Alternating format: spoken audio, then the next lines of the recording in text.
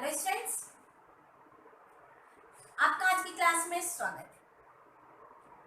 आज हम पढ़ने वाले हैं मिक्सचर्स को के कंपोनेंट को सेपरेट करने की प्रोसेस, यानी कुछ सेपरेशन मेथड्स। तो अब पहले मेरे दिमाग में बात आती है कि इसको सेपरेट करने की जरूरत है क्यों, वैसा का वैसा यूज करो। बट जैसे कुछ एग्जांपल्स देखें, हमारे घर में कोई दाल चावल इस तरह का ग्रेन है और उसमें कंकड़ पत्थर मिक्स है, आप क्या करोगे? पहले इनको हैंड पिकिंग के थ्रू सेपरेट करोगे। आप ऐसा कैसा तो यूज नहीं करोगे ना। चलो यदि चावल और शक्कर मिक्स हो गया, आप क्या करोगे? छलनी से छान लोगे, चावल अलग शक्कर अलग।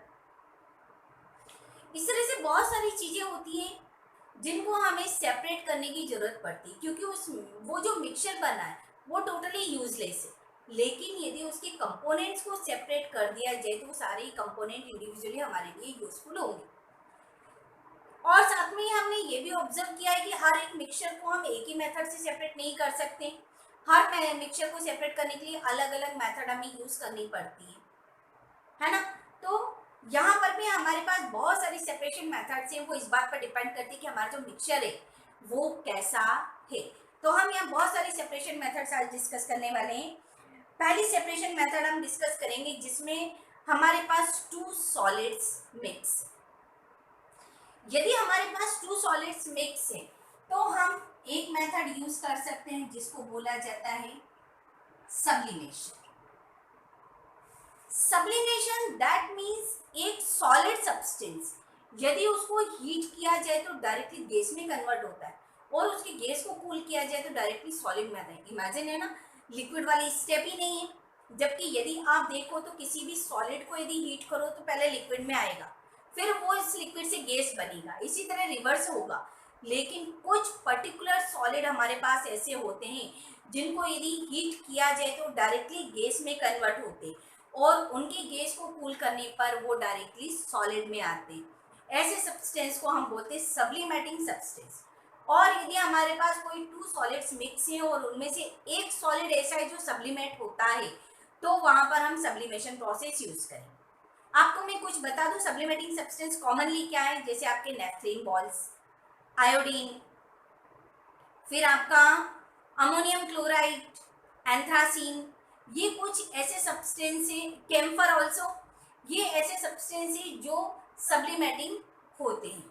अब सपोज करो आपके पास नमक और कपूर, कपूर भी आपने बारीक पाउडर में था और नमक तो आपके पास पाउडर फॉर्म में ही, ये दोनों चीजें बाय मिस्टेक मिक्स हो गई। अब आप इनको सेपरेट कैसे करोगे, है ना। तो आपको मालूम है एक क्या है, कपूर है, कैम्फर। आपको मालूम है कि कैम्फर हीट करने पर गैस में कन्वर्ट होगा और उसकी गैस को कूल करने पर डायरेक्टली सॉलिड में आ जाएगा। तो यहाँ हम यूज करेंगे सब्लिमेटिंग प्रोसेस। सब्लिमेटिंग प्रोसेस में क्या करें, हम एक बाउल ले लें, उस बाउल में जो आपका क्या था, सॉल्ट और कैम्फर का सॉल्यूशन, कैम्फर था, आपने इसमें डाल दिया। इसको एक पतली सी जाली से, बहुत ही पतली सी जाली से आपने इसको कवर कर दिया। कवर करने के बाद इसके पास आपने इसको एक वर्टिकली इन्वर्ट करके, यानी एक फनल को उल्टा करके उस फनल को इसके माउथ पे अच्छी तरह से रख दिया। इसे आपने एक दूसरे कंटेनर में रखा जिसमें सैंड या वाटर रखा हुआ, ये इसको वाटर बाथ या सैंड बाथ बोलते, आप इसको वाटर बाथ बोलते। और आपने इसके नीचे लगाया बर्नर। इस फनल में आपने लगा दिया एक कॉटन। अब इसको हीट किया। हीट किया तो क्या होगा, इसके अंदर आपके पास जो कैम्फर के पार्टिकल्स हैं, वो कैम्फर के पार्टिकल्स यहाँ से एवोपरेट होकर जाएंगे और कहाँ जाएंगे, इस फनल में कलेक्ट होते जाएंगे। क्योंकि आपने कॉटन लगाया है, बाहर तो जा नहीं पा रहे, तो कहाँ कलेक्ट है, सब कॉटन में, इसमें फनल में कलेक्ट हो। अब जब आपको कुछ देर के बाद लगता है कि इसमें से मेरा सारा कैम्फर निकल चुका होगा, तो हमने क्या किया, यहाँ से बर्नर हटाया, इस वाटर बाथ को भी हटाया और इसे कूल होने के लिए अनडिस्टर्ब कंडीशन में कूल होने के लिए ऐसा ही रख दिया। जैसे जैसे ये कूल होगा हम क्या ऑब्जर्व करेंगे कि जो फनल है उसकी वॉल्स पर केम्फर के पार्टिकल्स सॉलिडिफाई होने लगे हैं। यानी केम्फर कहाँ है अब आपके पास, फनल में है। जब ये पूरी तरह से ठंडा हो जाए हम केयरफुली यहाँ से फनल को उठाएंगे, उसके पीछे की कॉटन को हटा देंगे, इसकी वॉल्स को स्क्रैच करेंगे तो इसकी वॉल पर से हमें केम्फर पाउडर की फॉर्म में मिल जाएगा और कॉमन सॉल्ट आपके इस कंटेनर में। तो इस तरह से आपके पास सॉल्ट और केम्फर सेपरेट हो जाएंगे। तो इस प्रोसेस को बोला जाता है सब्लिमेशन प्रोसेस। सेकंड प्रोसेस होती है by using suitable solvent. Using suitable solvent.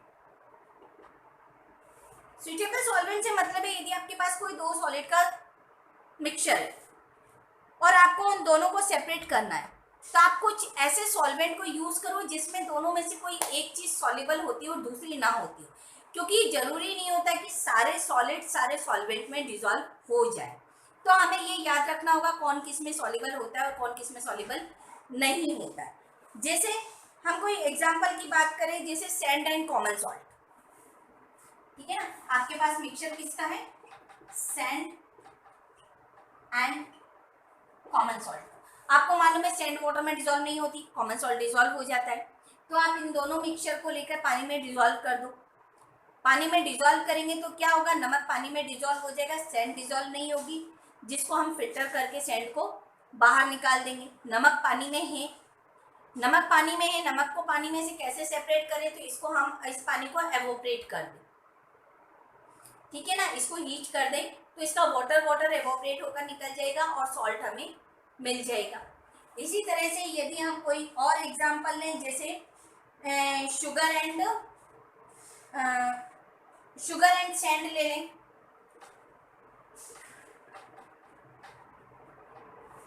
Sugar and sand ले लें तो शुगर एंड सैंड में क्या होगा, जो आपकी शुगर एंड सॉल्ट ले लें।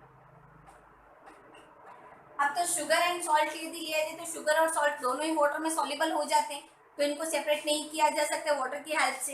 तो हम कुछ एक दूसरा ऐसा सब्सटेंस लें जिसमें दोनों में से कोई एक चीज सॉल्युबल हो रही हो। तो यहाँ हम ले लेते हैं अल्कोहल, क्योंकि शुगर अल्कोहल में डिसॉल्व हो जाती है पर सॉल्ट अल्कोहल में डिसॉल्व नहीं होता। तो जब हम इस मिक्सचर को अल्कोहल में डिसॉल्व करेंगे तो शुगर अल्कोहल में डिसॉल्व हो जाएगी, सॉल्ट नहीं होगा। सॉल्ट नहीं होगा तो उसको हम फिल्टर करके छान के अलग निकाल लेंगे और फिर एवोपरेशन के थ्रू हम अल्कोहल को हटा देंगे तो हमारे पास शुगर मिल जाएगी।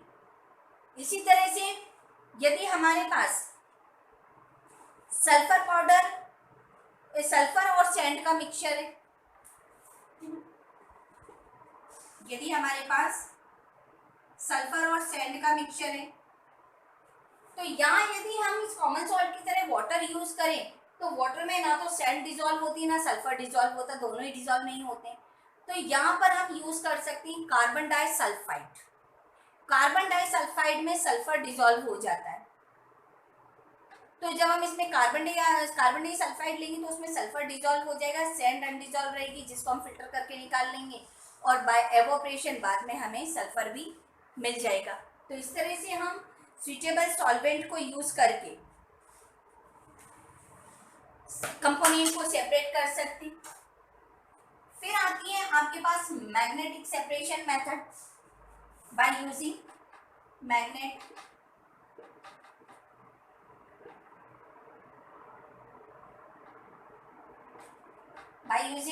मैग्नेट। यदि आपके पास मिक्सचर ऐसा है जिसमें कोई एक कंपोनेंट मैग्नेट की तरफ अट्रैक्ट होने वाला है, जैसे यदि आयरन फिलिंग और सल्फर का मिक्सचर है, आयरन फिलिंग और सल्फर का मिक्सचर है तो हमें मालूम है आयरन मैग्नेट की तरफ अट्रैक्ट हो जाएगा, तो हम उस पर मैग्नेट को घुमा दें तो आयरन पार्टिकल मैग्नेट की तरफ अट्रैक्ट हो जाएंगे, सल्फर हमारा कंटेनर में रह जाएगा। तो यहाँ हमें सल्फर डाइऑक्साइड में मिक्स करने की जरूरत नहीं है, क्योंकि यहाँ हमें सीधा सीधा दिख रहा है आयरन पार्टिकल्स हैं जो मैग्नेट की तरफ अट्रैक्ट हो जाएंगे। तो वहाँ पर हम मैग्नेटिक सेपरेशन मेथड यूज करेंगे। जहाँ भी हमें कोई मैग्नेटिक पार्टिकल ऐसे पार्टिकल दिखेंगे जो मैग्नेट की तरफ अट्रैक्ट होने वाले हैं, तो वहाँ हम कौन सा प्रोसेस यूज करेंगे, मैग्नेटिक सेपरेशन। अब ये सारी बात हमने किसकी की, जब हमारे पास टू सॉलिड्स आपस में मिक्स। अब हम बात करते हैं यदि एक सॉलिड एक लिक्विड में मिक्स, यदि सॉलिड लिक्विड में मिक्स है तो हम क्या कर सकते हैं, हमारे पास दो तरह के सॉलिड हो सकते हैं। एक जो उस लिक्विड में पूरी तरह से मिक्स ना हो पाए तो उसको हम फिल्टर करके सेपरेट कर लेंगे। दूसरा ऐसा सॉलिड जो उसमें मिक्स हो रहा है, जैसे सॉल्ट या शुगर यदि वाटर में मिक्स है तो हम क्या करेंगे, वहां पर एवोपरेशन कर देंगे और एवोपरेशन से वाटर एवोपरेट हो जाएगा, दैट मीन लिक्विड एवोपरेट हो जाएगा और सॉलिड हमारे पास बचा रह जाएगा। तो इस तरह से हम कर सकते हैं। फिर हमारे पास यदि हम दो लिक्विड मिक्स है, अब दो लिक्विड मिक्स है तो दो लिक्विड हमारे पास दो तरह के हो सकते हैं। जैसे एक तो मैंने कहा क्या बोलना चाहिए, अल्कोहल इन वाटर है, अल्कोहल और वाटर एक दूसरे में पूरी तरह से मिक्स हो जाते हैं तो अल्कोहल इन वाटर है, अल्कोहल वाटर में मिक्स है।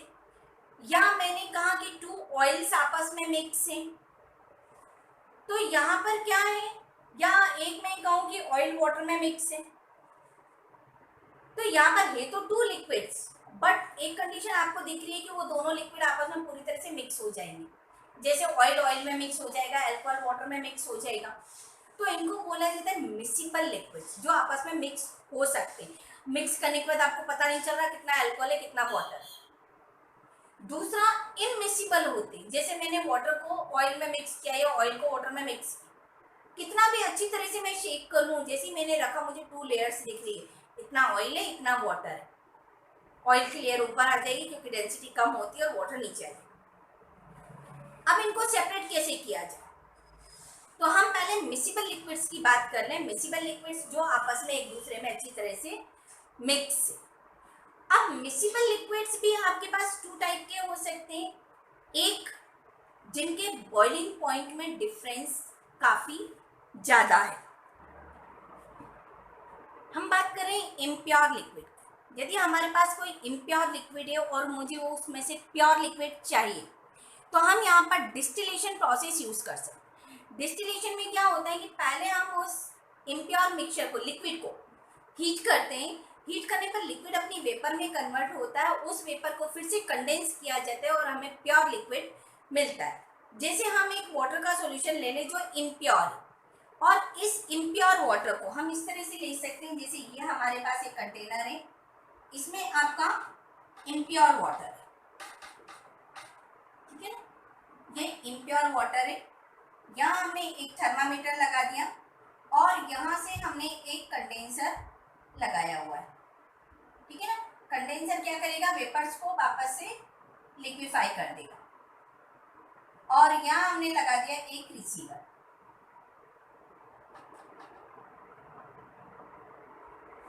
और इसे हमने किया हीट। जब हम इसे हीट करेंगे तो हमें मालूम है वाटर 100 डिग्री सेल्सियस पर हीट होना, बॉईल होना स्टार्ट होता है। तो जब ये 100 डिग्री पर पहुंचेगा, इसकी वेपर्स बनने लगेगी, वेपर्स इस कंडेंसर के थ्रू आगे मूव होगी, कंडेंसर क्या करेगा, उन वेपर्स को कूल कर देगा, कूल करेगा दैट मीन्स लिक्विड में कन्वर्ट कर देगा, और यहाँ हमारे पास प्योर लिक्विड, यानी कि यदि आपका वाटर में सॉल्यूशन है तो प्योर वाटर हमारे पास मिल जाएगा। इसी प्रोसेस के थ्रू डिस्टिल्ड वाटर बनाया जाता है जो कि 100% प्योर होता है। तो इस प्रोसेस को हम बोलते हैं डिस्टिलेशन प्रोसेस। एवोपरेशन में क्या होता है, जैसे मेरे पास सॉल्ट सॉल्यूशन है, सॉल्ट सॉल्यूशन में से भी मुझे यदि सॉल्ट चाहिए तो मैं क्या करूँगी, उसको एवोपरेट करूँगी। एवोपरेशन में भी हमें प्योर सब्सटेंस मिलता है एक सॉल्यूशन से, और डिस्टिलेशन में भी हमें प्योर सब्सटेंस मिल रहा है। लेकिन डिस्टिलेशन और एवोपरेशन को यदि कंपेयर किया जाए तो distillation is the better process. क्यों? क्योंकि एवोपरेशन एक स्लो प्रोसेस होती है as compare to distillation, slow process होती है। दूसरा, एवोपरेशन में आपको काफी देर तक उसको हीट करना पड़ता है, तो उसमें पॉसिबिलिटी ये भी है कि जो आपका दूसरा कंपोनेंट है वो डिकम्पोज हो जाए, वो ब्रेक डाउन हो जाए। तो इसलिए distillation is much better than the evaporation. हम आगे की प्रोसेस की बात करें पर फिर भी कहीं कहीं हमें एवोपरेशन ही यूज करनी पड़ती है। ऐसा नहीं कि डिस्टिलेशन बेटर है तो हम एवोपरेशन यूज नहीं करें, कई जगह हमें एवोपरेशन ही यूज करनी पड़ती है। जैसे आपको एक इंक के सैंपल में देखना है कि उसमें ओनली इंक है या कुछ और भी है, तो हम क्या करते हैं, वहां पर एवोपरेशन करते हैं। एक कंटेनर लिया, इसमें आपने इंक डाला हुआ है, इसे आप हीट करते हैं। हीट करेंगे तो आप देखेंगे इसमें से कुछ वेपर पार्टिकल बाहर निकल रहे हैं, और कुछ देर के बाद इसमें कुछ थोड़ा सा सब्सटेंस सॉलिड बचेगा।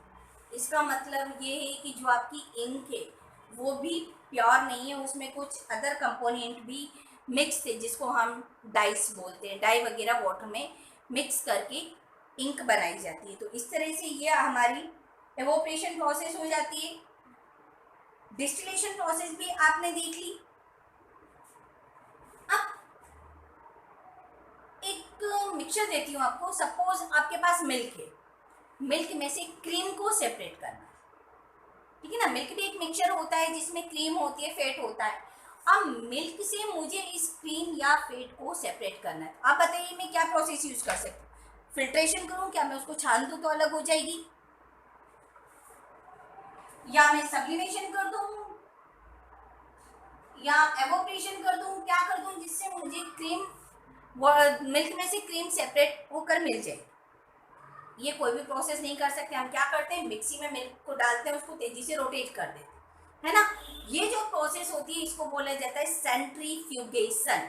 सब्सटेंस को एक कंटेनर में डालना और काफी हाई स्पीड से उसको रोटेट कर देना, जिससे उसके कंपोनेंट सेपरेट हो जाते हैं, दैट इज कॉल्ड सेंट्रीफ्यूगेशन। तो मिल्क से क्रीम को सेपरेट करने की जो प्रोसेस आती है वो सेंट्रीफ्यूगेशन कहलाती है। ये उस टाइम यूज की जाती है जब दो कंपोनेंट आपको मिक्स तो है पर फिर भी मिक्स नहीं है, इस टाइप के नज़र आते हैं, जिनकी डेंसिटी वाइज थोड़ा डिफरेंस है। तो वहाँ पर हम सर्टिफिकेशन प्रोसेस का यूज़ कर लेते हैं, काफ़ी तेज स्पीड से रोटेट करते हैं और हमारे पास वो सब्सटेंस सेपरेट होकर मिल जाता है। फिर हम एक प्रोसेस करते हैं, नेक्स्ट प्रोसेस का यूज़ करते हैं क्रिस्टलाइजेशन। क्रिस्टलाइजेशन में भी हम क्या प्योर सॉलिड क्रिस्टल फॉर्म में फॉर्म करते हैं। यदि हमारे पास कोई इम्प्योर सॉलिड है और हमें उसका प्योर सॉलिड बनाना है तो हम क्रिस्टलाइजेशन प्रोसेस यूज कर सकते हैं। जैसे हम घर में करके देख सकते हैं एलम, जिसको हम बोलते हैं फिटकरी। मार्केट से हम फिटकरी लेकर आए, अब जरूरी नहीं कि वो प्योर है, तो हम क्या करेंगे, उसको पहले पाउडर फॉर्म में कन्वर्ट कर लेंगे, जितना हो सकता है उसको बारीक कर लेंगे। फिर फिटकरी को कम से कम वाटर में, जितने मिनिमम वाटर में वो डिजॉल्व हो सकती है उतने मिनिमम वाटर में उसको डिजॉल्व कर देंगे, और अब इस सॉल्यूशन को हीट करेंगे। दैट मीन्स इसका कॉन्सेंट्रेटेड सॉल्यूशन बनाएंगे। मैक्सिमम वाटर इसका एवोपरेट हो जाए, इसमें थोड़ा सा वाटर बचे, यानी सॉल्यूशन कॉन्सेंट्रेटेड हो जाए। उसमें अब एलम ज़्यादा क्वांटिटी में, वाटर कम क्वांटिटी में। जब ये काफ़ी कॉन्सेंट्रेट सॉल्यूशन हो जाएगा, आप इस सॉल्यूशन को कूल होने दीजिए, एक तरफ रख दो, ठंडा होने दो। आप देखोगे कि कंटेनर में बॉटम में छोटे छोटे से क्रिस्टल्स, शाइनिंग क्रिस्टल वहाँ पर कलेक्ट हो रहे। ये जो क्रिस्टल हैं ये प्योर फिटकरी के क्रिस्टल है, प्योर एलम के क्रिस्टल है। आपको और यदि डेकोरेटिव करना है, बहुत ज़्यादा अच्छे से करना है, तो आप क्या करो, एक बेंगल लो, बेंगल को पूरी तरह से थ्रेड से कवर कर दो, और इस बेंगल को अब जब आपने कूल करने के लिए कंटेनर रखा है, उस कंटेनर में धीरे से इस बेंगल को एक थ्रेड की हेल्प से लटका दो। उस थ्रेड का एक एंड तो आपकी बेंगल से लगा हुआ है, बेंगल आपने पूरी थ्रेड से कवर की हुई है, और थ्रेड का एक एंड आपका कंटेनर से बाहर है, जिससे आप बाद में उसको ऐसा का ऐसा केयरफुली उठाकर बाहर निकाल लोगे। तो जब ये ठंडा होगा तो आप देखोगे अब वो जो एलम के क्रिस्टल्स हैं उस बेंगल के थ्रेड पर चिपक रहे, और ये बहुत ही प्यारा पीस लगेगा। आप करके देखिए, आपको मज़ा आएगा करने में। तो इस प्रोसेस को हम बोलते हैं क्रिस्टलाइजेशन, जिसमें हमें क्रिस्टल्स फॉर्म होते हैं। नेक्स्ट प्रोसेस की बात करते हैं हम, जिसे बोला जाता है क्रोमेटोग्राफी।